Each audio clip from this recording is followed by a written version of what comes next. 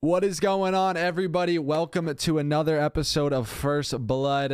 You guys know who we're joined by, my amazing co-host Hold Shift. Then we have the Challengers Reaper is what we'll call him, the absolute GOAT right now on a 6P. We got Colt Havok in the building. How you doing, man? Good, man. Thank you for inviting me to the show.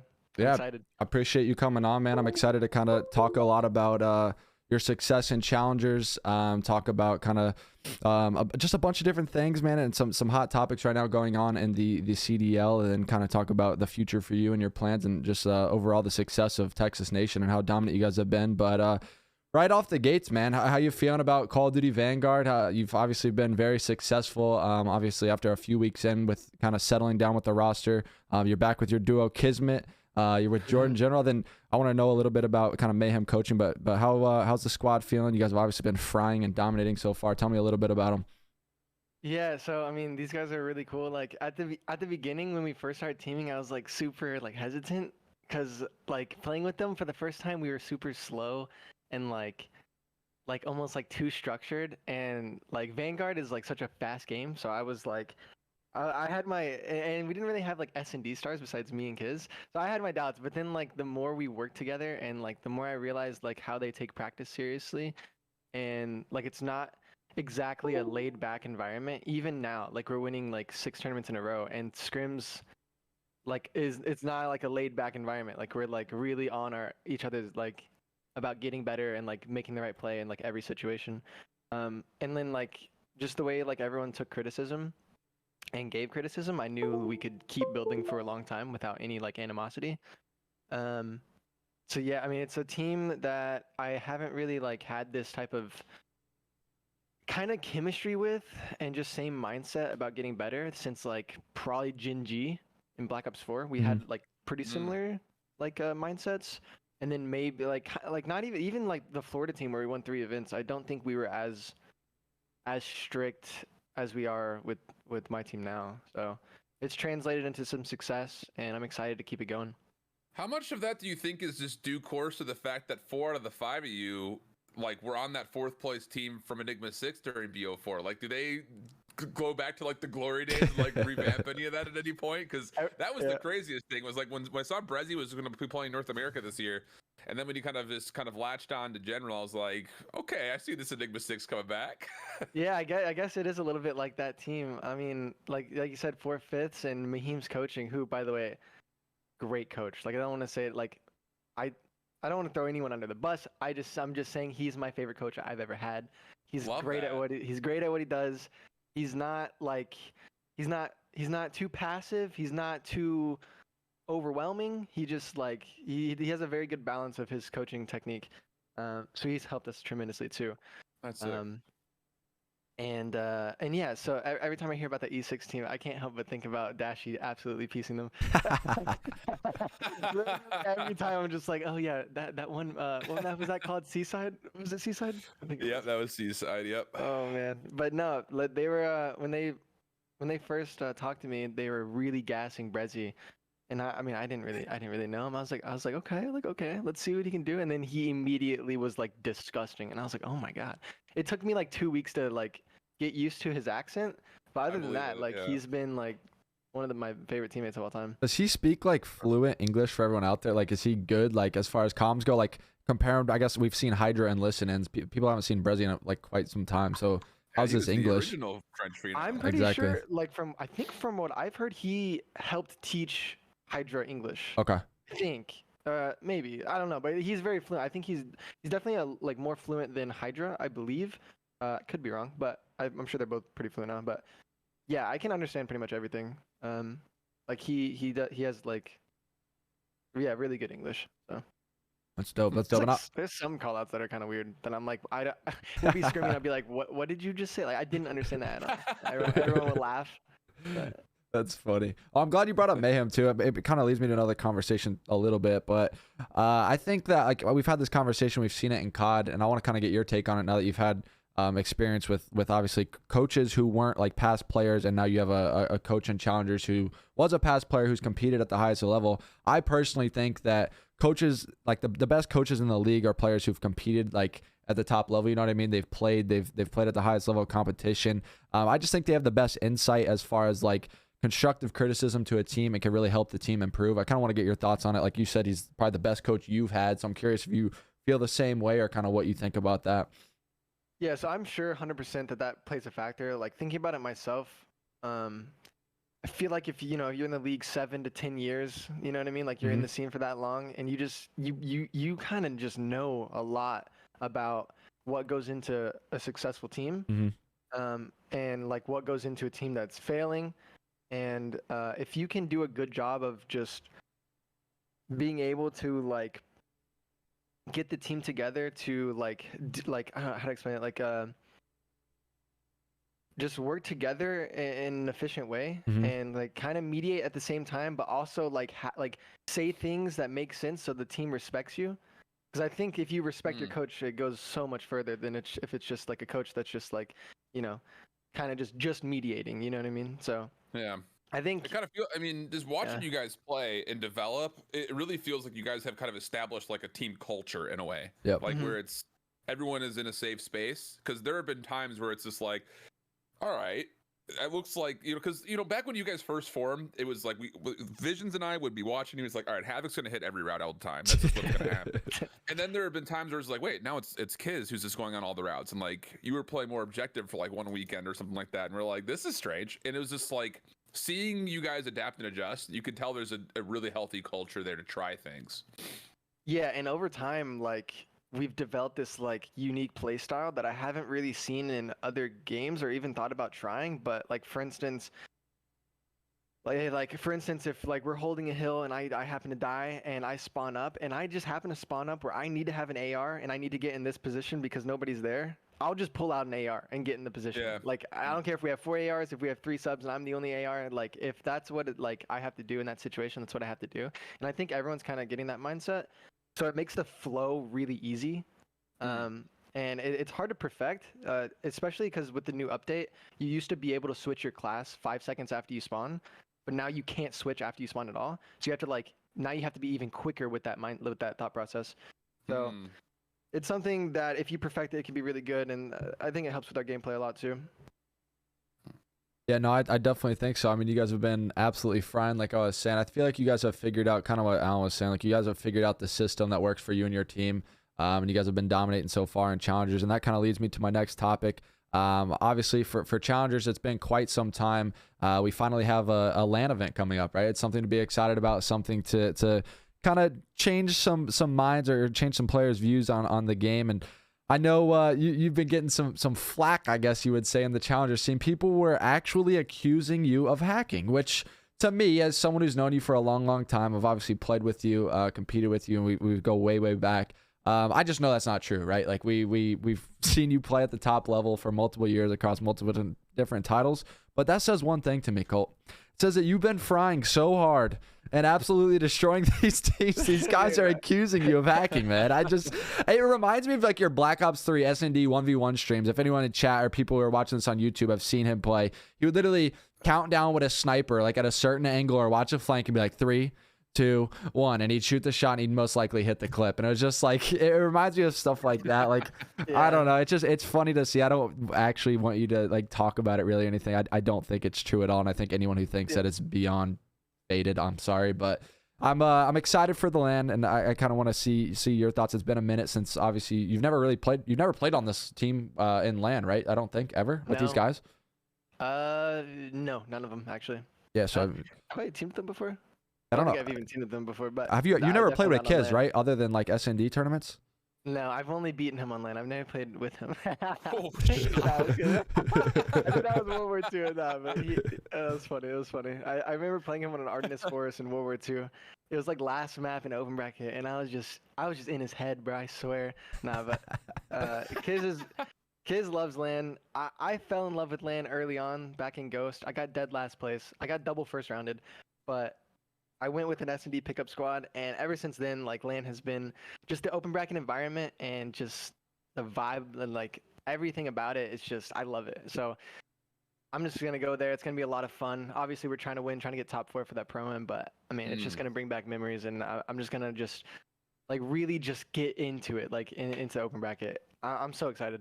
Yeah, no, I think Have you paid attention to any of the international teams? Is there any team in particular looking forward to the Minnesota Open that you're dying to play on LAN just to see what they're worth, like Minnesota Academy or any of those guys? Minnesota, we want to play Minnesota. We keep talking about Minnesota. I think I've gotten bits and clips of them, but I haven't really watched watched their entire VOD, and we haven't gotten to scrim them at all. I don't know if they're here yet or if they can play yet. I know Journey just got in yesterday, I think.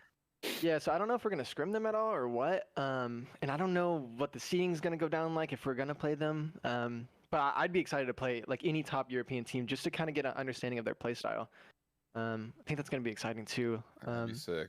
And just NA versus EU, I just want to see what it's like. I mean, we never know, like, because people gas their teamwork a lot, and like I just want to see. I think it'd be cool. I think you guys would match up really well on paper too. Just like the play styles that we've watched over the last 2 seasons, I think the face-up matchups would be really fun to watch. Yeah, 100%. I'm excited too to watch it, just because I think, from my understanding, like a lot of these top amateur teams, other than your team, Colt, doesn't have much experience, like even in an Atlanta environment. So I'm excited to see kind of what some of these players can do. It's going to be a different ball game for sure. And like your whole team's played on LAN. They've obviously all competed at the top level, including your coach. So I think with you guys dominating, obviously online, people are saying Texas Nation, whatever, you guys are playing with triple hosts or whatever. I don't know. I think if you guys are dominating right now online, you guys have no problem when it goes to the LAN and kind of the big league tournament or whatever of the year so far for challengers. So I'm excited to watch. And I think the little hot take here, I think EU is going to have some of the best competition knocking out some of the NA guys just because they've had so much experience. All those Heretics guys that are in the pit, they're good players, man. They're really good. So I'm excited to watch them play for sure. Yeah. And so, sorry. No, go ahead. Go ahead. You're good. Well, I was just saying, like, me and my team were even talking about it. We were thinking, like, man, like for this pro-am, like, I don't know how many NA teams might qualify because, like, we just don't know. Like, a lot of players, like you said, they don't have a lot of experience on LAN, and it is a whole new, like, game. Most of the time, from what I've learned throughout history of competing, online does translate for when I was on pro teams back in the day. Like when I remember Black Ops 3, like Envy was really good screaming online. They would do good. Like most of the time, teams that are really like frying online, they usually do like pretty well on LAN too. But I want to see the breakout players in the AM scene that haven't gotten to play on LAN yet. I want to see what they can do for sure. Yeah, no, I definitely go ahead. I'm going to take that easy transition. Talk Stallions a little bit, man. You guys, face up against winners finals and grand finals. They kind of, they play a little bit looser than I would say a lot of teams did. I think the way that Visions and I were categorizing them is like they are probably the most unorthodox creative team right now in North America when it comes to some of their setups. So throughout winners and grands and then potentially playing them on LAN, what's your thoughts on Zuma's team? I think those guys are very good. I remember me and my coach and the team, we talked about them, and we're like, listen, guys, like these guys, they're a little more coordinated with their breaks. Excuse me. They have solid setups. So we're just gonna have to be aware of that, and we're gonna have to take our time with these breaks, and we're gonna have to realize that like their hits aren't gonna be flustered hits when they're trying to break hills. So we knew they were pretty coordinated, and I mean, I haven't like I said, I'm kind of new to the challenger scene, even like this year. And last year I didn't really keep up with it that much, but I mean these guys are the real deal for sure. I think they just need a little more time to just dial in. And then when it comes to LAN, I mean I don't see any of them having a problem unless someone has like a complete breakdown. But I mean, like I said, that doesn't really happen that often. I'll be honest. Yeah, I feel like it's an anomaly. The only thing I will say, I do think what you said earlier, like online does translate to LAN. I think sometimes the only case is that it could take time, right? I think we've seen instances with like even someone like Shotzi, right? Like he's one of the greatest submachine guns right now in the Call of Duty League, but we did see him start slow in the CDL, right? He joined that team of Dallas Empire, and we saw him go up against the likes of Optic on the main stage, and we saw him have, some rough series to start out, but obviously he turned it around. Same thing with Capsule, I think, like even at the kickoff, he was a new guy coming into the scene. He started slow throughout the series. He ended up picking it up. Like he did have slow starts and so on the map. So I'm just curious to see kind of how I think most of the amateur teams will do fine. The ones that actually have a good understanding of the game and like have a good system in for their teamwork. I think that always translates better than like individual skill, just because let's say your team, for instance, is playing Toronto Academy or whatever, right? And like these guys are new, young guys. You guys get them in a spawn trap into the blender. You got to see how players react, if they can take a deep breath, if they can slow down and actually get the game like back in their control. So I'm excited to see it. And I'm excited to kind of see that the Challengers players finally get a play on LAN. I think here's my hot take: whoever does well in the Challengers scene, whoever the teams that are in finals, I think someone on those teams are getting picked up in the Pro League or getting an opportunity after Major 2. I think it's cool that it's like tied up with the event, right? Like you literally are going to get to finally see a Challengers team who has done well online or done well on whatever on LAN finally, get to go to the event, perform. Then after the Major, there's going to be teams that are struggling, and that'll we'll talk about it a little bit later, but it's going to be interesting to see, right? It's been a long time since we've had an event like this where you have open teams and CDL teams, so it'll be cool. I'm excited for it. Go ahead. No, go ahead. Sorry, I was just. I'm sorry. I just like adding on because I have these. Go ideas. for it, baby. Let's hear it. Yeah. I mean, like I said, like someone like some pro teams are going to be placing in that 6 to 12 range, right? And it's Major 2. It's halfway through the year, so I mean, I think we're going to see a lot of changes after this event. I agree. Maybe not a ton, but we're definitely going to see some, in my opinion. Because like I said, like someone's not gonna do good, and I think everyone wants to win. Nobody even wants to be fourth. Like honestly, like nobody wants to be anywhere near that. Everyone just wants to be, top 2, like get into the grand finals and stuff. So I think it's inevitable, and I think just them being there in person and seeing the Challengers teams going into finals, like you said, is going to be a big influence. And yeah, I mean that's gonna be exciting, man. Yeah, there's going to be a lot of eyes on it. I think to see how many of these players are going to, from the Challengers scene, want to stay on their Challengers team in the top 4 just to play through that Pro-Am first. I'll be curious to see if that decision making is impacted in any way, because you have this new checkpoint now in the year where, obviously there's been a lot of conversation around what could possibly happen with other teams that actually have academy rosters, by the way, hint, Minnesota. Do they wait to see how their academy team plays on Pro-Am? Does that team want to wait to play on Pro-Am first? I think this could be interesting, just to see how these teams choose to run through this off-season period, this little mid-season, off-season period. Yeah, well, I mean, just from our experience as a team, I mean, I know we're not going to super get into the whole New York situation, but like that right there, that is a big factor. Like, we really think we can, like, first step, we got to qualify. I understand that. I don't completely agree with the qualifications. I was going to mention this, but I think, like, maybe... Oh, hit it. No, this is interesting. Hit this. I think, well, my idea, I was like, well, I mean, I feel like everything from here on out has just, like, kind of just been for seeding and money then. I feel like the way it should have happened, not that I'm scared that we're not going to qualify, but I do think the way that it should have happened, if there's 2 regions that have elites, so it's us in Europe. So I think the first seed from each region should auto-qualify, but then everyone else should battle up for the rest of the spots. And maybe there should be more spots, but I don't know. Just a thought. I think it's a little weird just having one event qualify teams in case there are flukes, but I mean, I don't know. But like I said, I think for us, we think we can really make a run at a Pro-Am like that. Just the way we scrim pro teams and the way we match up, we really think we can fight.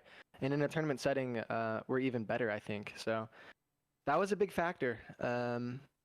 Like I don't want to like have like join a team, or I want to join a team, but I don't want to join a team and then have that like, dang, like what if we could have like imagine we won that, like that would have been history. Like that would be history. That wouldn't even be. That's like that's just like crazy to think about, like winning the Pro-Am. Yeah. How much of the consideration for you guys as a squad is the potential of wanting to stick together? Let's just say hypothetically, I'm not saying that this is a thought process, but let's just say, for instance, that there starts to become significant whispers or rumors that expansions will happen next year. Would that influence you guys to want to stay together for the entire year in attempts to wanting to be picked up as a full-on squad into the 2023 year? I'll just say if an expansion was guaranteed, we probably would not break up. Okay. Yeah. I was curious. That was like the conversation around like Westerall last year, right? Like the beginning of the year. Same thing with like New York Subliners Academy is the same thing. So I was curious what your thoughts was on it. Yeah. There's always like whispers and like rumors about maybe if this, if that. I'm always more of like I always try to tend to like the it's not going to happen side. Right. Just to like, I never like getting my hopes up. It never works. It never works.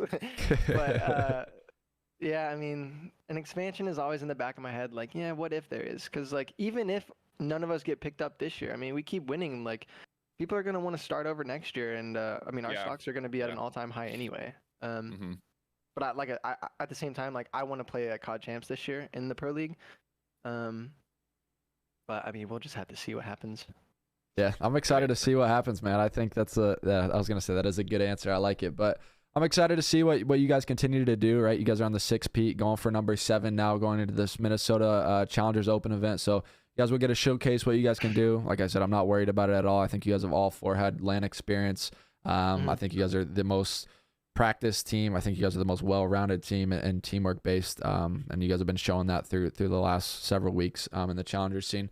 So I can't wait to watch it. It's going to be exciting, and I think a lot of teams are going to come knocking on your guys' door for sure if you guys go out and win this one too. I think there's going to be people who will be more than willing to put a couple of you guys into the mix for sure. But that kind of leads me to my next topic, unless you guys have any final thoughts about the Minnesota Open. Like I said, I'm beyond excited for it. Can't wait for LAN to be back for the Challenger scene too. I think it's much needed. But the last thing I kind of wanted to ask you, and we don't have to talk about the New York situation too much. You've kind of put your info out there, and if you guys have any questions or want to know Colt's take on things, he tweeted out a twit longer.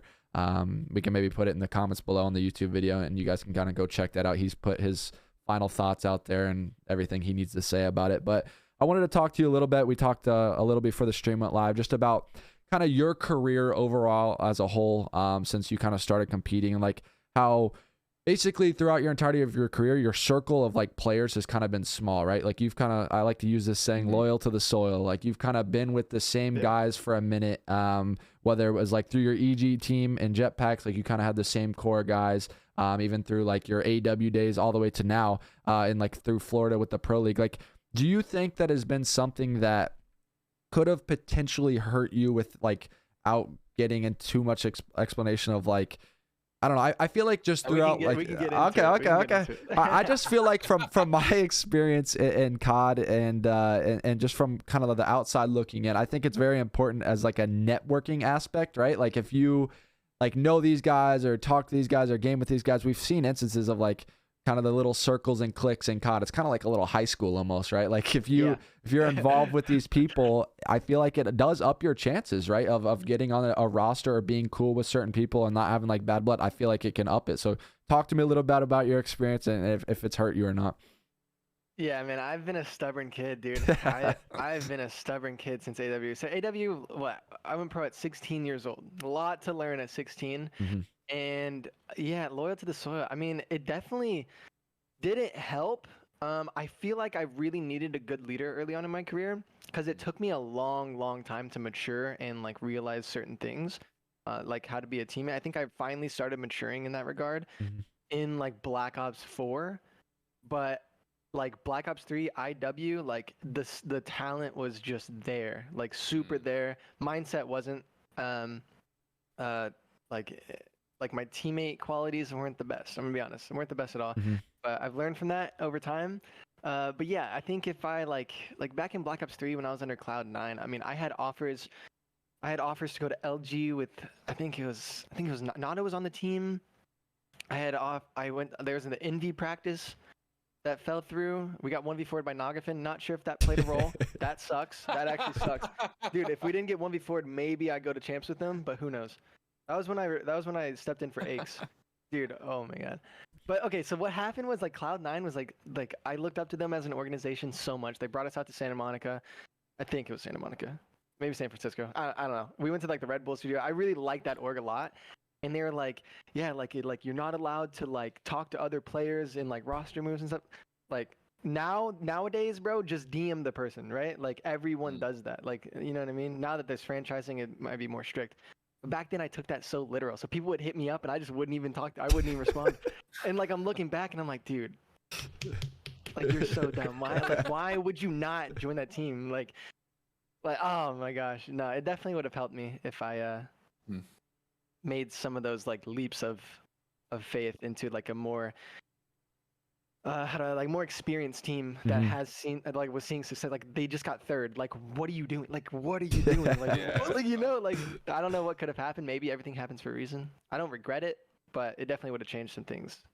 Yeah, probably for the better. I think that's like something like you said, dude. Like even through my career, like it's just something you start so young and like you're at the top and you're doing really well and like you're this hot commodity talking player. It's like you just don't understand, like, I guess you want to say like the business side of things, like the logistics of like, oh, hey, this networking thing and like not burning bridges does actually matter. And like, you never know when someone will be like, if you burn a bridge with someone, where that will put you like later in your career. Like they could end up being a coach or a GM or something like that. And it's like, oh, well, this guy and this guy wasn't cool. Like, so yeah, I think it's something that a lot of players like now, hopefully there'll be a lot more role models like in the scene to kind of guide the path for them and kind of help them understand, hey, be cool with everyone. You never know when it'll put you in a good situation. But yeah, that's cool to see. Like I said, I'm super glad to see you're finding so much success and challengers, and that'll kind of lead us into the talking points of the show. Unless, Alan, you have anything else, I want to talk about something specifically that I saw on Twitter, unless you got anything else.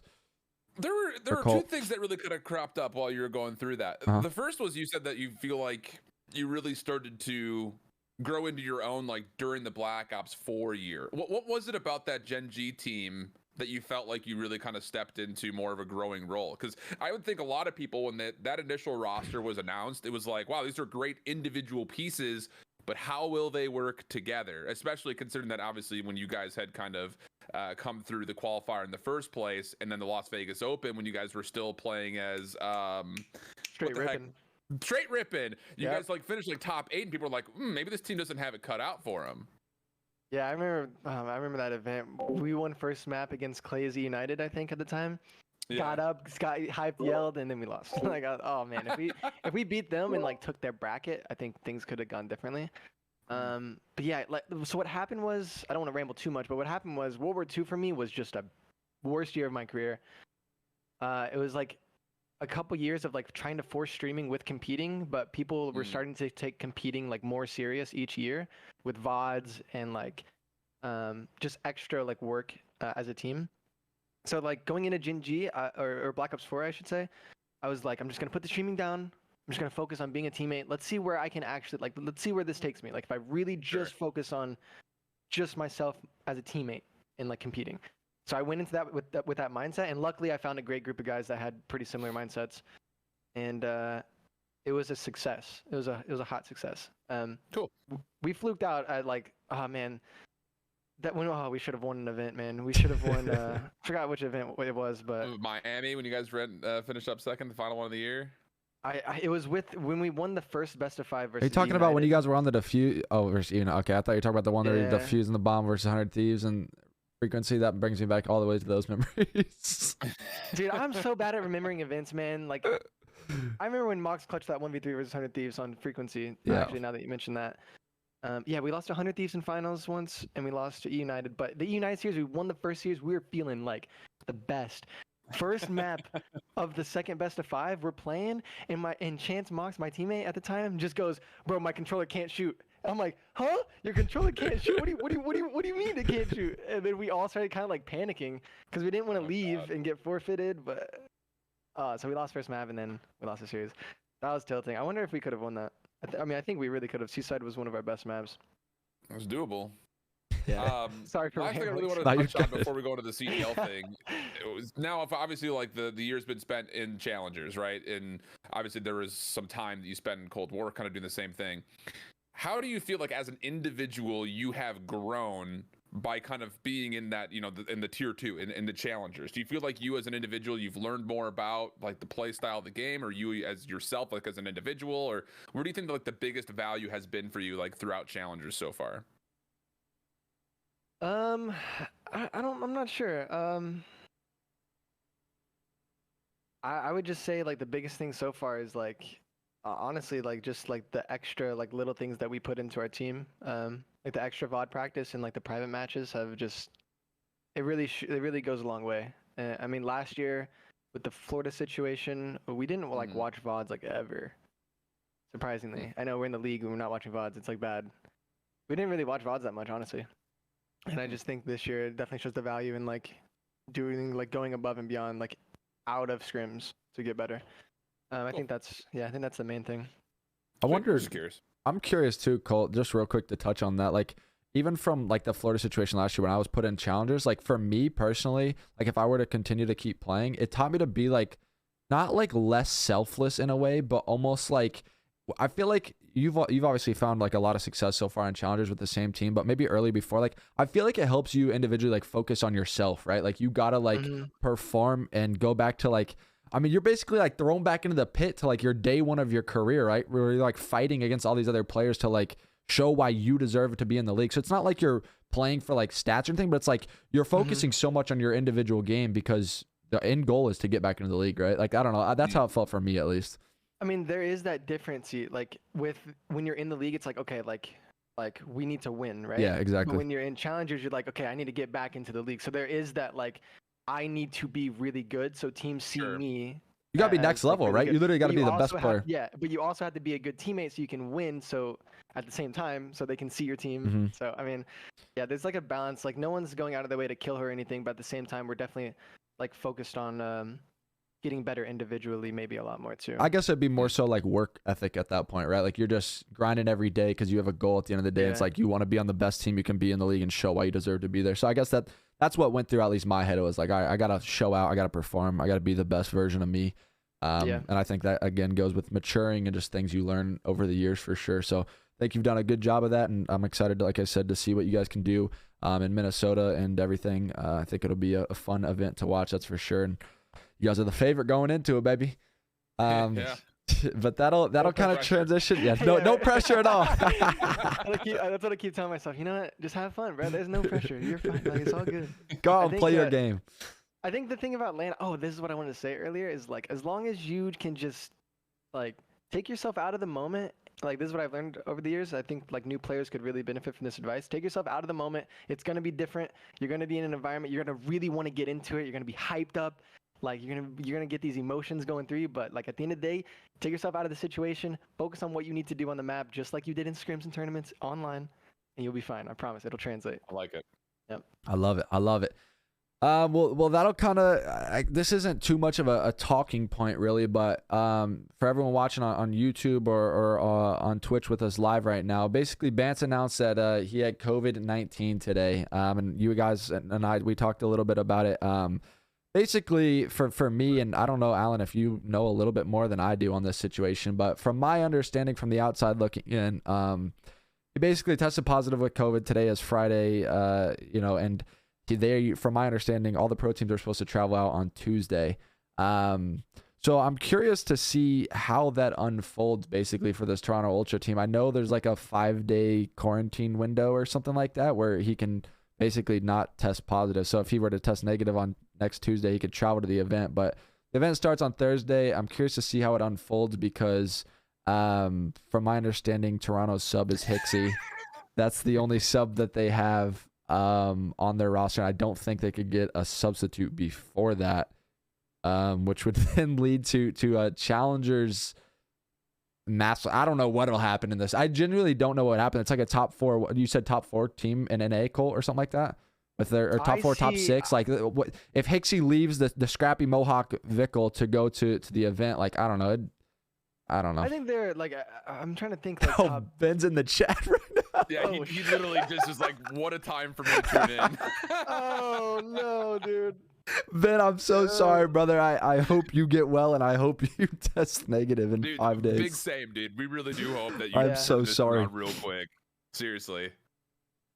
Man, that sucks, dude. I'm sorry. I don't know what to say. I mean, yeah. And then if it does happen with like the Hixie thing, I mean that's a top something team. Like I'm not sure exactly what, but I mean we scrimmed them and they're like one of the better teams we play. Yeah, they're looking good right now. It's just gonna suck for them, like too. So I mean, I don't know. Yeah. I mean, either way, you have to feel like to a certain extent. I think, I mean, and obviously Pants in chat could probably tell us, like, you have to feel like, okay, like, shoot, Toronto now all of a sudden has to be scrimming with Hixie, at least in some regard, just in case he can't travel. So now all of a sudden the academy team doesn't get the opportunity necessarily to practice as much. Like, I think that you start putting in, escape routes here for this Ultra Academy team. Like, if you're Mohawk, Scrappy, and Vehicle, you better have already hit up somebody, been like, yo, if this happens, would you be our 4th? Like, it's going to cause obviously a huge domino. And then that breaks up another team. Wait, is there a roster lock? For everybody. Is there a roster lock in the AM scene? Like, was there a roster lock for the event? Is that a thing? For No. Elite, there is. I don't know about don't the know. events though, because there have been so many times that, like, even back during the first launch weekend for Modern Warfare, where like I remember there was some team that was like expected to do well, and one of their players just like didn't show up, and they had to all of a sudden pick up a player like at the event, and it kind of messed up one of the teams below them, obviously. So, Huh, well, yeah. Who was that? Who was that again? Was it I forget. Was it Scoliosis? No, or was it? Is something? That was a BO4 event. I remember that specifically. That was like BO4, yeah. Anaheim or Miami that the scoliosis was supposed to show, and he just didn't. He was like when his teammates were at like the airport, he sent a text like, "Sorry guys, can't go." Oh, I'd lose so much full. For Like, real. wait, what? I can't imagine. I don't know. Regardless, though, bottom of the line, Benjamin Bance, you're still in the chat. I hope you get feeling better. Hopefully, it seems like for real, he's bud. playing today. He said, I hope he does not have a lot of bad symptoms and whatnot. He can get tested negative before the event, because I can't imagine what the stress is from both the teams. Like, you basically practice for a month straight with this roster, then the potential of them not being able to go is just terrible. And then same thing for the amateur scene. It's like you're grinding every day, like we just talked about, to get into the pro league and show what you can do. And then you potentially have to go with a fill-in to the only LAN event right now that we've had for the entirety of the year. So I don't know. Yeah, it's Super tough. stressful times. Hopefully everything ends up working out. And yeah, it's a crazy scenario for sure. But let's go ahead and kind of transition into the CDL pre-show, and kind of get your guys' thoughts on a few of these games today, and talk about maybe some of the teams struggling, some of the teams that need to pick it up and have some big matches today. That'll kind of go straight into our first match of the day. We got the Paris Legion going up against Toronto Ultra. Benjamin Bance and Temper in the All chat right now. things. So we Yeah, got no them. pressure on us. Nah, but Oh man. this is gonna be an interesting one, right? Like I said, we just saw Toronto Ultra. They've definitely been struggling. I don't think they've been in that Cold War form. I'm curious to kind of get your thoughts on it here in a second, Colt. But they definitely haven't looked that good, right? They go to the first major. They struggle on hardpoint. I think they went 0-8 throughout the entirety of the event. They still placed top 4. They come back home here, and the hardpoint woes still continue, right? They beat a Minnesota Rocker team early on in both the hardpoints. You could argue Minnesota has not looked great, though, through these respawns so far this year. Then they struggle, right? You see them lose nail biter bow cage hardpoint to Boston Breach. Then they get 100-point clubbed on Gavutu. And I know we talked last week as That was well, tough. Alan, about their game going up against FaZe, like what they were gonna do, right? Like, we didn't know what the vetoes, like you either square up on bow cage with them, or you play the Gavutu that you looked terrible in the day before. And it's like they went again on Gavutu, and I think they got like 120 points this time. So the hardpoint woes continue. On top of it, my good friend Benjamin Bance now has COVID. So curious to see what Toronto team we're gonna get. And Colt, like I said, I'd love to hear your kind of thoughts on this team throughout the year. I mean, you don't have to go crazy into detail if you don't want to talk. I know like how it is as a pro or top challengers guy. I know you don't want to say too much or whatever, but I'm curious to see kind of your thoughts on them so far this year, compared to like last year, for instance. Well, I think last year was just like, I just feel like last year was just a completely different game. So it's kind of like just a reset year for a lot of teams. Like, even though you were finding success last year, you have to put all that behind you starting this year, and you just have to learn this game now. And I just think maybe it's just taking a little bit of time, but I don't think they're gonna have like super long-term struggles or anything. What happened with their match versus FaZe? Did it go last map? It went last map. Yeah, it was Did, nuts. right? Did you see it? I kind of, I got bits and clips of it. They man, played what a Tuscan series. Hardpoint, right? They 'Cause played Tuscan Hardpoint. It was and they tight. lost It was it was a tight map. And then they finished the series on Berlin Surge. I thought they were gonna win that. I was watching that, and they had a break P1, and it looked good. It was like a 4v2, I think, and then Simp went Yeah, it nuts, was I think, and that's how they lost. So I think they're coming together. I do. And versus Paris, I think Toronto wins out on the match. I mean, just like I said, I think they're coming together. Hopefully Bance is hopefully he is feeling good, and it doesn't affect any gameplay. There's 2 people got COVID on Toronto now? Kleenex just had it. I'm not sure if he's still positive. I doubt it, but I know last weekend when he was playing, so it's probably been about 6-7 days now. He played the match versus it was versus FaZe, right? He was playing, and everyone was saying it was a Michael Jordan flu game because he was really sick. I'm pretty sure, but yeah, I think he had it last weekend. So I don't remember, honestly. I think he was playing well. I remember in searching his draw. I don't know if he for sure dropped the donut. I think he went tried to pull the classic Nicky D from COD Ghost and almost went 0-8 or 0-9 for the win, I think. Oh my god. But yeah, I don't know, Alan. Do you think we're gonna get we kind of touched on Toronto a little bit. Do you think we're gonna see the Paris Legion turnaround? I know we always talked about it jokingly, saying they're due, right? But we've talked about Temp and John. They've been frying, but they still can't find their footing to get a win here. It's kind of been a weird, like, I don't know. It's been a weird period for them. They brought in Jimbo, and it's like they haven't found the success I think that they were hoping for.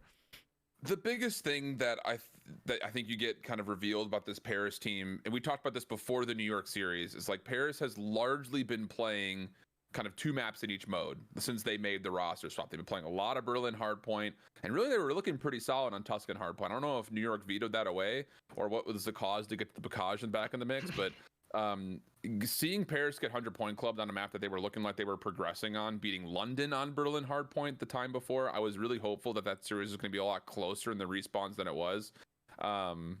But I do think that there is still signs of life from Paris, that this roster could work. It's just difficult because this Toronto team is, I still think, like everyone always says, like they're going to be fine. And I actually was really impressed with how Toronto's been playing control lately. I think they've gotten a lot better at control over the course of this qualifier compared to the first stage. So I think that there are some advantages that Toronto have that Paris may not be able to really contest with, and that makes this series a very difficult one from the lens of the Paris Legion as far as how do you find a win here. Yeah, no, definitely. And I'm curious to see kind of how it unfolds too. Like we now have the addition of Tix to control, so we finally get to see that. We've talked a lot about that, Alan, so that'll be exciting to see. We've seen it on the challenger side, and I can ask you, Colt, about that too. And then like I know some of the spawns now have changed on what Tuscan hardpoint.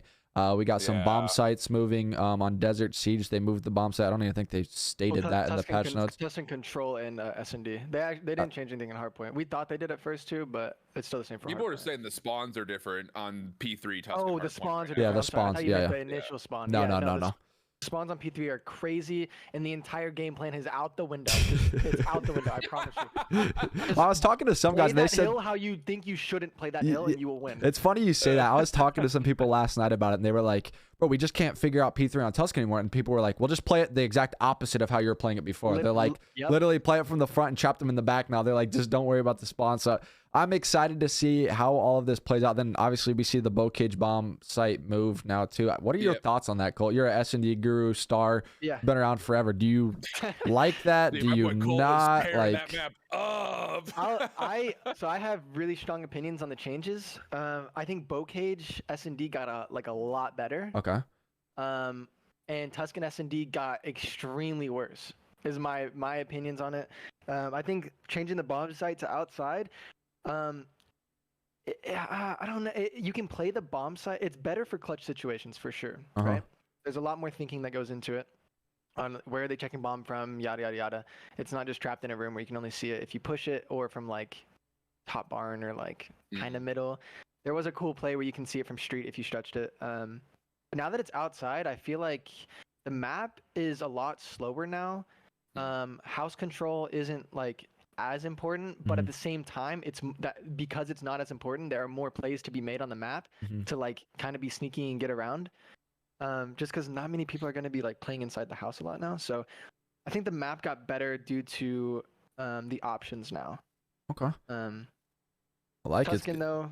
Tuscan's just crazy now. I don't even know what to think about it. We haven't figured it out yet. I feel like that map was a mix before, right? Then you move the defensive spawns up, and now it's just like even crazier. Yeah. Like some of the routes and plays you can make now on defense, like I don't know, you don't know what you're about to get hit with. You can get some BO4 strats back in where you're just quad hitting stuff and hitting out lanes and taking map control. It's crazy. I forget who you guys were playing up against. Maybe it was UYU, or I forget who you guys played. Maybe it was Bear Claw. One of the times. It was Bear Claw. Yeah. Where you guys like UYU and Bear Claw. You like four flooded the top side of A. It was like 2 double set nades, and I think it was you and Kismet that just like rushed to the Godheadies. And I was like, bro, this is next level. Dude. And then at the same time, I'm trying to hold P5 on our offense. I'm like, all right, I'll just hold this. You guys work A. They 4 hit me out, and I'm like, dude, they got here so fast. Like, what am I even supposed to do? Like, what? So I mean, it's weird. But like, I was gonna say, the one thing I always didn't like is that when there is an offensive sided map, like for some reason, I don't know if it's the devs or like the pros or what, but everyone always freaks out and says defense sucks. But like you look at other games like CS:GO where there's T-sided maps, and I think Tuscan was a great example of a good T-sided map where on defense you had to take risks and you had to do stuff together and try different things to stop their middle map presence, their A presence, and not necessarily B, but even the risk of them going B, you kind of had to think about. It was just a good map, I thought. I think it got worse, but. Well, we will see probably all of that unfold today in our series, but I don't have too much to talk about as far as these teams go. I think it's kind of been self-explanatory. I think Toronto here they've looked shaky, but I think they will kind of handle business. And Alan, unless you have anything else, we can kind of get into predictions for this series. I think Paris Legion have their work cut out for them. I'll go ahead and kick us off here. I'm gonna go Toronto Ultra here. I think they're the easy fan favorite here, and they're the easy pick in this series. I think Paris, they are due, but I don't know. The only, I guess, woe I'd have or way I think Paris can maybe get this done is if Bance was really feeling under the weather. I think you can potentially see an upset, but I think Toronto Ultra will handle business. I think they're a good 2-3-5 team, and I think they'll be able to take a hard point in this series. I'm going Toronto Ultra 3-1. Okay. I'm going to go a little spicy here. I think that Paris is going to come through with more progress and more improvement than we had seen versus New York. I think this team is more representative of how they played London than how they played New York. I'm going to give them 2 maps, but I still have Toronto winning. So I got 3-2 Toronto in this one personally. Okay. And Colt, we'll pass it over to you. What do you think? Which way you got this series going? So I see Toronto winning a close hardpoint first map and then just winning the next 2 pretty easily. Like you said, they're a 2-3-5 team, and I think this is the type of team where you can like start to get your hardpoint confidence up. Not saying that Paris is horrible at hardpoint, just saying that I think if they win that first map, it'll be a 3-0, and I could see them winning it. Just the way they played FaZe and how close that Tuscan was, like I see glimpses of them doing really good.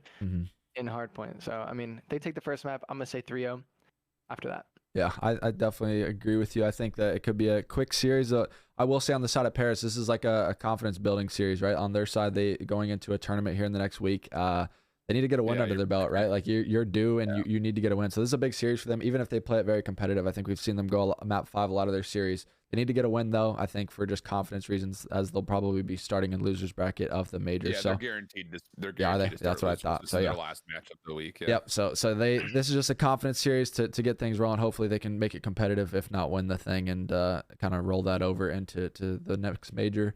But that'll transition things into our second series of the day, and this one's low key gonna be a banger. Like I think this will be a really good series. We got LA Thieves going up against Los Angeles Guerrillas, and I'll just go right out and say, like, LA Thieves have not looked good, right? Like, these guys, people are talking like these guys are kind of overrated in a way. Like, everyone talked about their hard point in the beginning, how good they were. They were consistent at the mode, but then the 2-3-5 woes continued. Like, they started struggling at search and destroy. They couldn't necessarily figure out control, and they kind of are like this old Optic Chicago team. I've been saying, like, weeks past to Allen, like they remind me of the MW team of Optic Chicago. Like these guys could beat the middle of the pack teams and the bottom teams, but versus the top teams in the game, like the top 4, you'd continue to see them struggle. And like I think we've continued to see that realistically. And like this is a matchup where it's gonna be interesting. This is the Battle of LA. You got LAG, who's been like struggling as well. Like they have not lived up to the star like power that they've had of this roster. Like they went out and they were like, look, we don't want to be a bottom team anymore. We go get 4 new guys, and they haven't found the success that they would like to. Yeah, so I'm kind of curious to see both of your guys' thoughts on this series. Girls on 2-match winning streak. Let's hold Whoa. Who was that against? Let me go back and look. Paris and Seattle, though. That Seattle series, I think, caught a lot of people by surprise. Oh yeah, wait, didn't Seattle absolutely destroy them first map? I turned the stream off and LAG won 3-1. I was like, wait, what happened? That Tuscan was like poorly played. Like I don't know. Yeah. Seattle's a good Tuscan team, I'm not gonna lie though. If Seattle's gonna blow anybody out on the map, it's gonna be on Tuscan. Yeah, true. I don't know, man. I think this LAG team is better than we gave them credit for. However, I think the biggest thing is, even though the Thieves have been really struggling with their control lately, I do think that the tick progression change helps this team in particular more than most. So I feel good about their potential to do better in the third, just based off the change from kills to progression. I like it. Colton, give me your opinions kind of on both these teams so far. I mean, you've kind of been from the outside looking in, but I mean, like I kind of hit it off. I feel like they've both not really lived up to the expectation. I think both these rosters going into this year, like they wanted to be championship contenders, and they haven't found that success yet. We've seen glimpses of LA Thieves looking good at the major, and making that losers run, but I don't think they've gotten quite where they would like to be. So I worry about LA Thieves in the series because I think in my head I think Asim and Hook, I think pressure, right? And then Gunless has the ability to slay out, and then obviously Slash is just he's there to do his job, lock it down for the team. And I think LA Thieves are going to be threatened by this team just due to pressure. When I scrim LA Thieves, I think the one thing they lack is that pressure on the map, especially in like hardpoint, for example. If LAG outpaces them and keeps their guns hot, honestly, I could see LAG winning this. I like it. Wait, Alan, have they played yet this year? LAG and LAT? They haven't, right? First time. So just some little backstory too. Just thinking back to the 100 Thieves roster, Slasher and Huke used to be on this team last year. So this is the first time they're gonna go up against their old organization. Like, no, seriously, like Slasher goes out, gets dropped for Octane. I think he's like showing to why he should be on the team, or showing why he's the better AR. That battle's been a thing for literally years, like the Slasher Octane rivalry. I can't wait for this series. I'm actually so excited. I don't know which way it's specifically going to go. I'm going to give LA Thieves the hard points. LAG, I think, will take. I don't know, man. This is going to be a bet. The one thing I got in the back of my head too is the vetoes, right? Like, I don't think we see a bow cage at all. Like, LA Thieves, they don't play bow cage at all. They finally play it last week versus Minnesota. They lose. Then we know in this series too, like LAG's probably okay with leaving it in, but they don't play it really as much either. So I'm curious to see what maps we get in the series. I think, Alan, I know I joked about it. Like, I think we see some big dick vetoes out of the LAG side. They can kind of like control where they want to go with this, right? Because they almost can guarantee a bow cage veto from 100 Thieves. So then they can get rid of Gavutu or Tuscan, whatever they decide, and then pick like basically the hard points in their favor. So I'm excited, man. It's gonna be crazy. Yeah, so I think LAG is going to get the hard points that they want, but I think LA Thieves are going to get the search and destroys that they want. Both teams are going to want to play probably Gavutu control just based on what they vetoed in the past. So I think it's going to be really interesting because the vetoes are really going to change the dynamic of this series. Not to mention the fact that, like, really the vetoes up until this point almost are irrelevant because of how many different changes have kind of integrally changed a lot of the maps. So I don't know. I'm curious because I think Thieves, obviously they learned their lesson. Don't play Bakaz Search and Destroy. You weren't prepared for that map. They got smoked in that map 5. So I don't know. I think the Search and Destroy veto process will favor Thieves. I think the hardpoint veto process will favor Guerrillas. I like it. You want to kick us off with predictions? I think I've kind of hinted both my things. Unless you got another final thought on these guys. I think, like I said, the series is going to be a banger. I'm super excited for it. Are we going to see Tuscan S&D? Like, I feel like LAG should get mixy on Tuscan S&D because you said the S&D is going to go their way. And if LA Thieves are going to veto bow cage, then just get mixy on Tuscan. Do whatever you want. Like, you can get weird and make them uncomfortable. I'm curious too. And then, well, Colt, like, you know this too. Like, I'm curious to see how much practice they've got. Like, you've been in the pro scene. I've been in the pro scene. Like, thinking of like how recently, like, teams don't really scrim search. You know what I mean? And when teams do scrim search, usually people don't play for money, so it's not that serious. And like the most search and destroy reps people have probably got is from these S&D money 8s going on late at night. So I'm curious to see if these guys have even gotten like solid reps on these like kind of new maps, I guess you would say, with the new spawns and new bomb sites. Right. I mean, if LAG is smart, they would have gone into a private match, right? Knowing that you said LA Thieves does not like Bocage S&D, right? It's Guerrillas that doesn't like Bocage. Oh, yeah. Thieves kept it in and got smoked on it. So. Okay, that too. Okay, well, I mean, if I was on LAG, I would have been in private matches trying to get timings down to hopefully get Tuscan S&D in. But I don't know. It's gonna be weird. Yeah, like I said, they don't get, maybe like at the end of the day, like pro teams, like you said, don't really practice S&D. So maybe they're like turned off by the fact that like this is too new. Let's stick to what we've been playing all year just to be comfortable. So I don't know. We'll see. It'll definitely be interesting. Al, go ahead and kick us off a prediction. I think like Cole said, it'll be crazy one. I'm excited to see these new maps and kind of modes play out and see how it all looks and unfolds. I think that the tempo and pacing is going to be interesting because really over the course of the last like 2 weeks, we really haven't seen Draza on top form.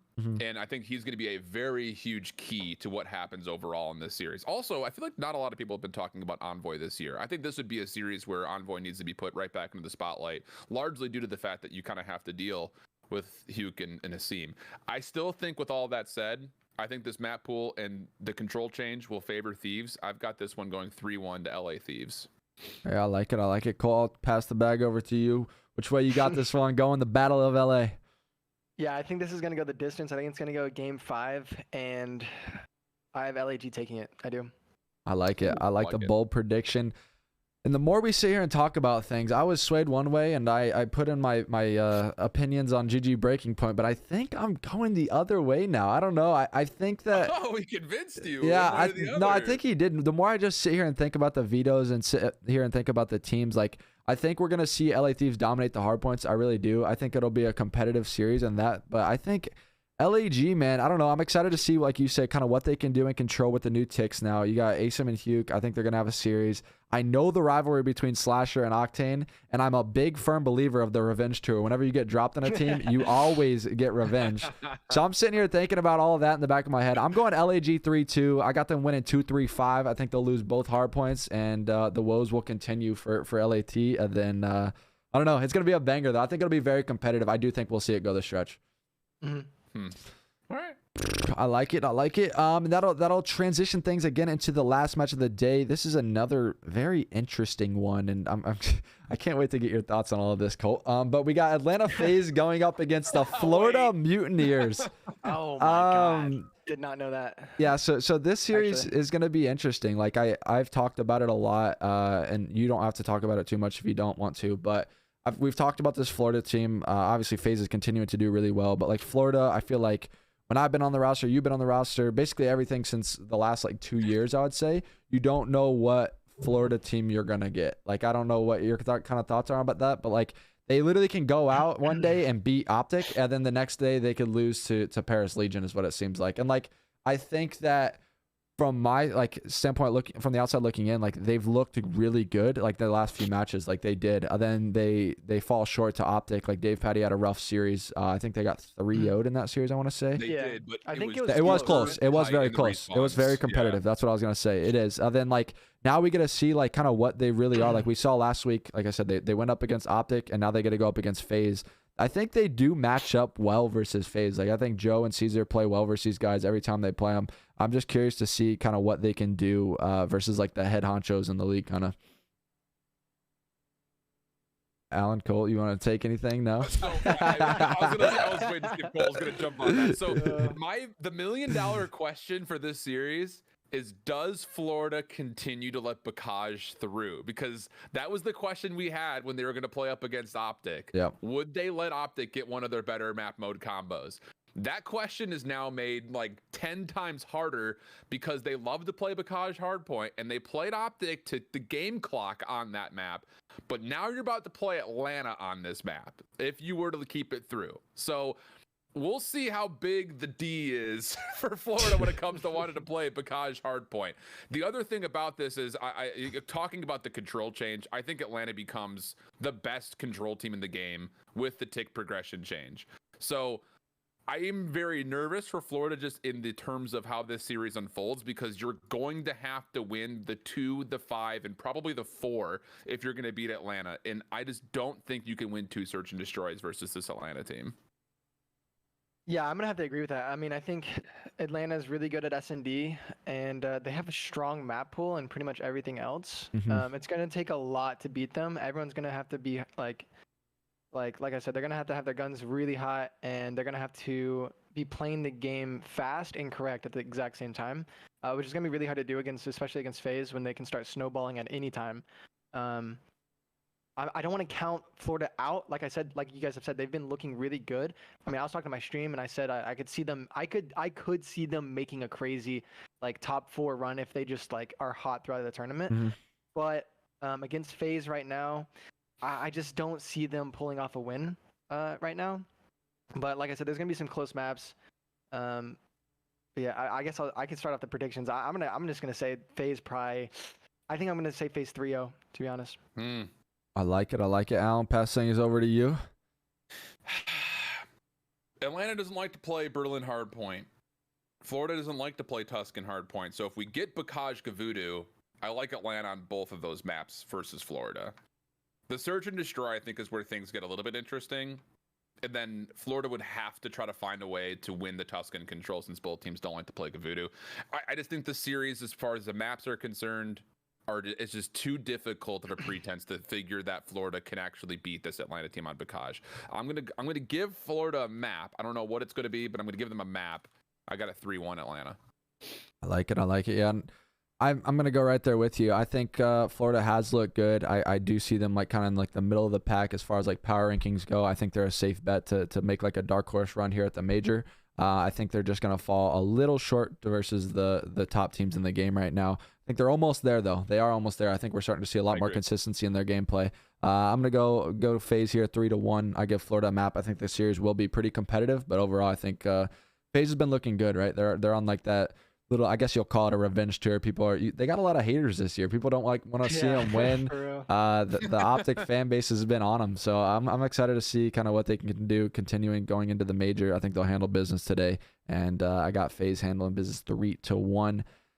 That'll wrap us up to kind of the last part of the show, Cole. If you don't mind taking some chat questions, whether it's about COD or about you or anything. I know there were a lot of people right when we joined in. There's a lot of people asking questions for you. So chat, kind of leave this one open to you guys. If you guys have any questions for Alan or I or for Colt, whether it's challengers or any situation, and we'll pick out a few that he feels comfortable answering before we kind of wrap up. Are you good time-wise to stay for chat questions so to make sure that for sure. Yeah, for sure. Okay. I'll say this much. I'm going to go out there real quick. Regardless of what Colt wants to answer as far as questions, you have to figure that a lot of them are going to be about what is your response to Crim. Here's the thing here, chat. I said this before, and I'll say it again. The end of that video, he goes and says that he assumes that Colt went out and did these things. Please stop chastising people without knowing both sides of the freaking story. All right.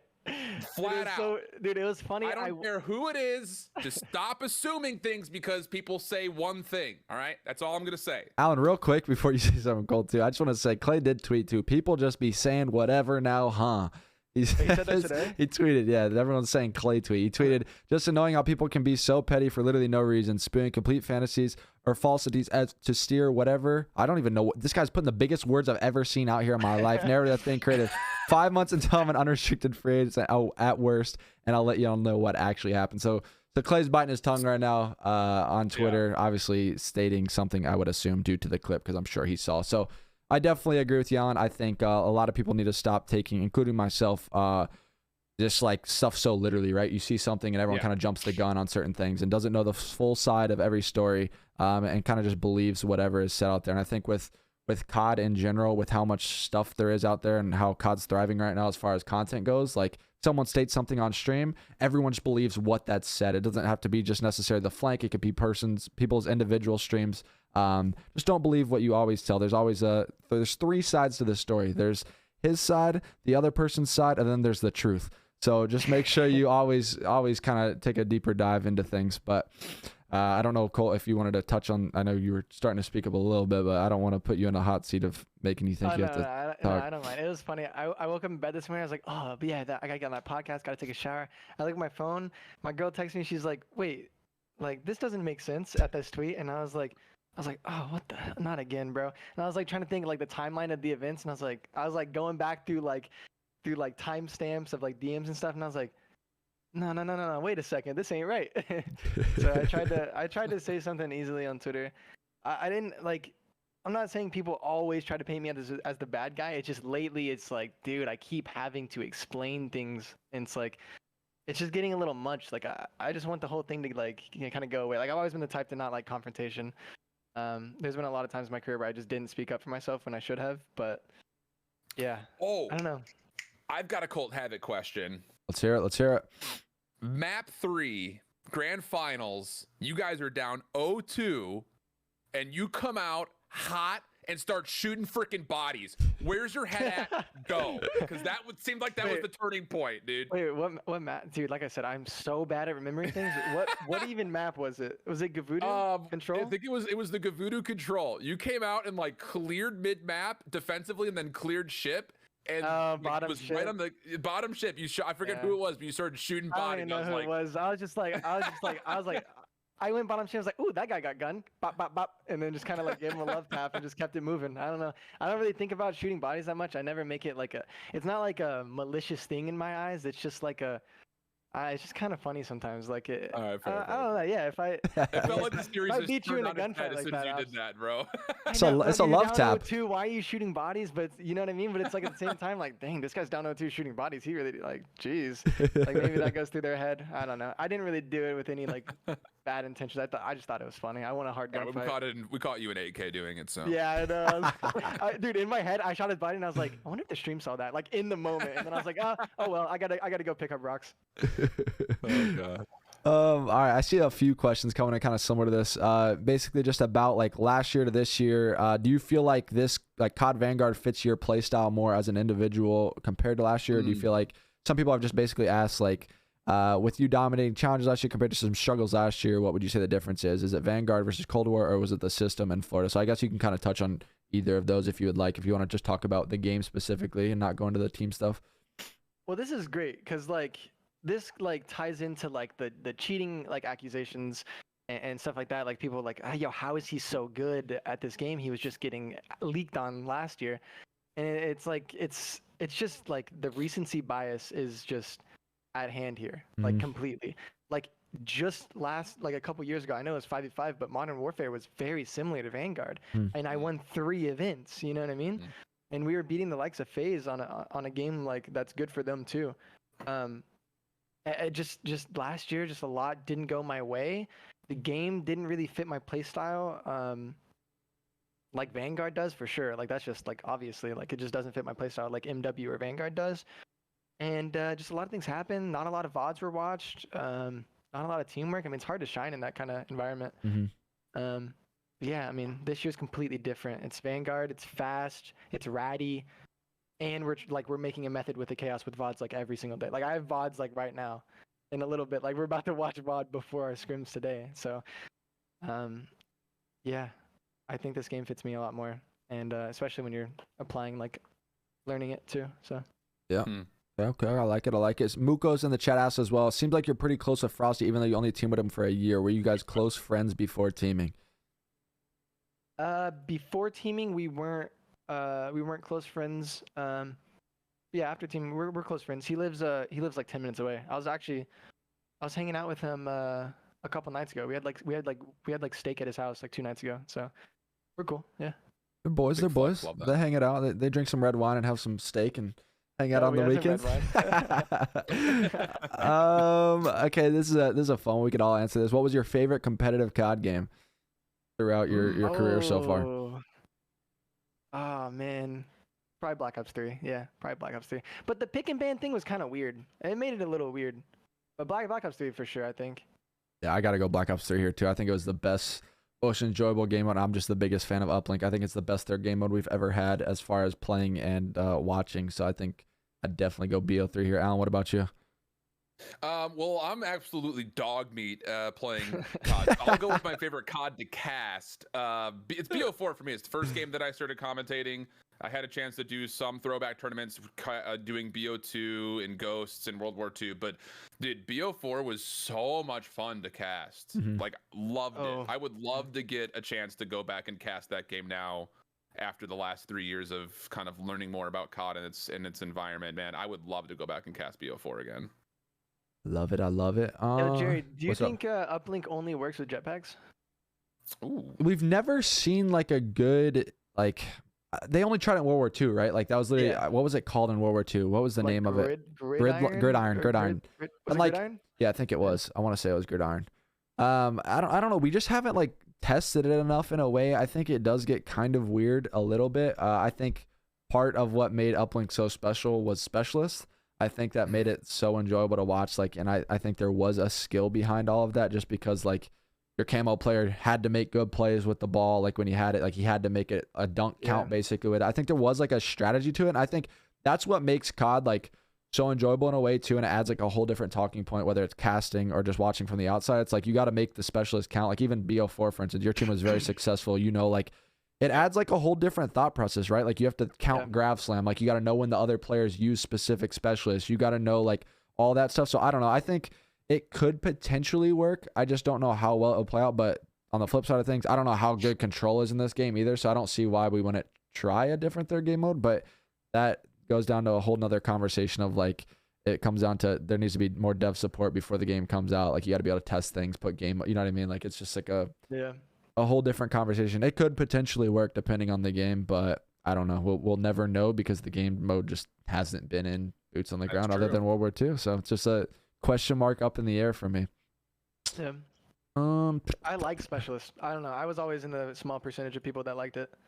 Just like you said, like you explained it perfectly. Just like it's a whole new level of like thinking, and you just had to keep up with it, and you had to be good with it. So I like it. I wish I will say this much though. I think there's something to be said about even games like Valorant where visually when your opponent has their ultimate ability. Imagine if you just knew when somebody had their specialist instead of doing the math of, oh, they've got War Machine. You know what I mean? Like that's the one thing I never really fully enjoyed about BO4. I imagine from a player standpoint was like you kind of have to do the math to know what the score is and if they have their specialist. I think it'd be cool just to give the indicator if they have it. So now we can start to kind of counter plan against it. So you don't have to go do math in the middle of a hard point. Yeah, true.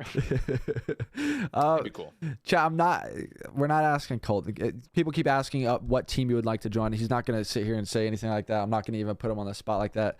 I think given the right opportunity, he would love to be in the league and put in a good situation. I'll just go ahead and state while you're on the show and a lot of new people are in here. Alan and I have talked a lot about this a lot, and we'll go ahead and hit on it again for new guys in here while Colt's in here. For the league, we've talked about both sides of things, whether you're given the offer or not. And I'll just go right out and say, like, number one, you'll never be given a perfect opportunity because a lot of teams are making changes because they are not performing. But at the same time, the league is so recency bias and heavy. If you get put in a bad situation or join the wrong team at the wrong time or an unsuccessful team that is just broken at the core and you go out there and don't perform, which it's hard to do in an environment like that, you're chalked. Like I'm living proof of it in a way. Like if you just go out there and don't do well and like people are just like, oh, you're terrible, you're trash, you're washed. And like Colt just said, like people forgot about his MW days. He was doing really well, won 3 events online or not. Like he did do it. So I'll just go out and kind of answer that one for him. You don't want to ruin your stock and put yourself in a bad situation, especially when he's working as hard as he is in challengers to win 6 events in a row. It'd be basically all for nothing in a way. Yeah, I mean, to touch on that, the thing is, like you said, if I go into a bad situation and it affects my performance, and we don't do anything that year, and it's just gonna be another thing where like now I have to do everything that I just did this year in challengers to even get a shot again. I'm gonna be like 24, almost 25, like you know what I mean? It's hard at that age for people to be like, give you a shot, you know? Well, and on the flip side of that too, like let's just say the league didn't expand and you do that, it puts you back even more because then you have this whole like, to me it becomes like a royalty situation in a way, like where like right now I feel so bad for him. Like he got put in a situation where he's been grinding so hard through challengers, works really hard, gets thrown into a broken system, doesn't perform individually. Now he's going back to challengers and it's like I said, it's just like a stigma thing. Like this is just well known for him now. It's like, oh well, he didn't perform. Well, what's the challenge matter? So like you said, you say like 1 step forward for 2 steps backwards. You just go back to square one. So yeah, you just got to be careful. That's all. I'm just being super careful. Yeah, I think it's lots of challengers questions. I kind of want to hard pivot away from that. Who has been? Some people have been asking like, which pro teams have you been beating? There's no need for that. What is your favorite pro team to scrim right now that you guys have scrimmed? And then if you were to pick like a potential top 4 at the Minnesota Open, who do you think would possibly be top 4 for challengers? For challengers, yeah. So my favorite pro team to scrim would probably be Optic. I'd say we haven't scrimmed them really, or FaZe. A quick question for you, Colt, before you do you guys get a lot of pro scrims? We were getting a lot of pro scrims, and I would say it was about like 40% pro scrims, 60% challenger scrims. But since we played optics so much, some teams stopped scrimming us because they didn't feel comfortable. Maybe we would tell optic their breakoffs or stuff. So we kind of lost some scrims. So right now it's probably like 15 to 20%. It's dropped a lot. We scrim LA Thieves now. We scrimmed Florida yesterday. I don't know. Whenever we can get them, we get them. But it's probably like 20% now. Yeah. Okay. What was the last part of your question, Alan? Who his favorite team to? Who do you think you got as top 4 Okay. for right now? Challengers Open. So I can't speak much on European teams. I want to say the top 4 right now would probably be us, Minnesota, Minnesota from the European scene. But like I said, I don't really know. And I think Toronto in Europe is doing good too, right? Yeah, they're doing well. And then Vengeance, Denza's team, They won the whole thing, right? Yeah. Yeah, they won the whole thing. Oh man, so there's a lot of European. So I don't know what they like can do. So I guess I'll stick to NA right now. I think Welly's team is like pretty ahead of everyone too. Yeah, they're nuts. They're good. They're fast. Like I'd say that's the biggest thing with them. They have a lot of pressure. I think Stallions are really good. It just depends how well they can perform on LAN. As long as, like I said, as long as they take themselves out of the moment and just play their game, I think they're top 4 NA. And for the 4th,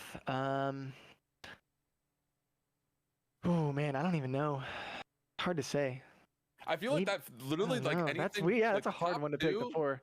The top 2 have been pretty clear cut in the last like 3 weeks, but then I feel like anybody from 3rd to 16th can beat each other. Oh, actually, you know what? No, actually, I think I have Spart's team as. I was gonna say 18 and Cracked. Wait, I totally forgot. 18 and Cracked are probably better than.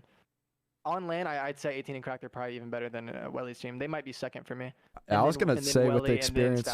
Yeah. I'm interested to see. I think that will play a factor. Like it's gonna be because what is the format exactly? Is it just like a normal open bracket, like double limb, massive bracket? Yep, 96 teams, double elim all the way through. Yeah, so I mean, you can see like we've seen it time and time again. Like there's never a we've seen it at the top level of competition and COD champs, and you've seen it all the way to the amateur scene. Like someone's getting upset and getting thrown into the losers, and the way brackets end up unfolding is like 2 really good teams are going to play for like top 16 or something. And that's just how it'll be. So you're going to see a really rough performance out of one of these top teams. It's just how it goes. But I think the experience on the side of 18 and Cracked, you got all 4 of those guys have played on LAN like for a long time in their career. Nick's played for a long time. His last series on LAN, he was beating the Tiny Terrors. So FaZe, right? yeah, so I'm excited to see him play in the pit. And then you got Adam Assault kind of again on that like revenge tour, showing why he deserves to be back in the league. And then I think that they have Spark now and Exceed. So they're gonna be good. They'll be a good team, I think, especially on LAN and the respawns. They will be a solid team for competition for sure. Outside of you and your 3 teammates, who do you think is the nastiest player in North America Challengers? Ooh, I like that question. Man. Damn. I'm trying to think of who's like sticks out. I honestly like before Jimbo left, he actually did stick out as like, wow, this guy's gross. Like I'm not lying, like he was actually gross. I think, oh man, it's so hard to tell. Like a lot of them are like very close, like in skill. And like I haven't seen like the teams like Stallions or even Welly's team. Like I haven't like really closely looked at individual performances with those rosters, so it's hard to say. I think Noisy's really good. I think people are gassing. There's so many, man. I don't know, but the one that did stick out was Jimbo. Like at the time before he left, Jimbo was like. He was gross. What about you, Alan? I'm curious. So I'm really high on Johnny as a new 18-year-old in Challengers this year. I think we say it all the time on broadcast. His search and destroy knowledge is obviously super top tier. It's where he kind of ran the search and destroy scene over the last couple of years. But his ability to immediately find value in respawn is nuts. But I think overall, I think the 2 most impressive players recently, I would go with either Noisy or Kaiser, or my 2 right now. Yeah, okay, yeah, that's kind of what I was thinking. Like, but I just haven't paid attention enough. Yeah, he's been getting a lot of gas for sure. I think he's he's from North America. Yeah, EU's a totally different ball game, dude. Mm-hmm. We don't get to watch that. Out there. He's God. He is God. Really? Oh my gosh. He's so good. I watched the finals of that. They're elite, and like he was absolutely destroying. I was sitting there like, wow, this kid's next up. He's really good. Like, he's all right, nuts, bro. Yeah, no, he is really good. But I know, unfortunately, Alan, you got to be somewhere here pretty quickly. And Colt, I want to get you kind of to your VODs. I'm kind of wrap things up. I appreciate you, Colt, for coming on. It was an absolute pleasure. I'm glad you kind of got to share your insight on a few things and talk about some good Call of Duty. Good luck to you in the Minnesota Open. I hope you do really well and your team continues to dominate. Alan, appreciate you having as always. And chat, we love you guys, man. Thank you guys all for watching with us, whether it was live on Twitch. We stream basically every single day before the CDL matches. So if you guys enjoyed the content, make sure to drop a follow on the Twitch channel. And if you guys are watching on YouTube, make sure to subscribe and comment down below if you guys would like to see any other videos or specific people come on and talk all Call of Duty. So again, make sure to go check out Colt Mods. If you guys could put his socials, he streams all the time and he's always on Twitch, streaming and on Twitter. So go show him some love. He's dominating the challenger scene, and you guys know the guy underneath me right here, the GOAT himself, Hold Shift. Go show him some love as well. So we appreciate you guys. We love you guys, and that will wrap things up until tomorrow. Normal time tomorrow. We'll be live at time tomorrow. 12 o'clock Central Standard Time. So we appreciate you guys. I hope you guys all have a fantastic rest of your day. And until the next one, catch you guys later. Peace. Peace.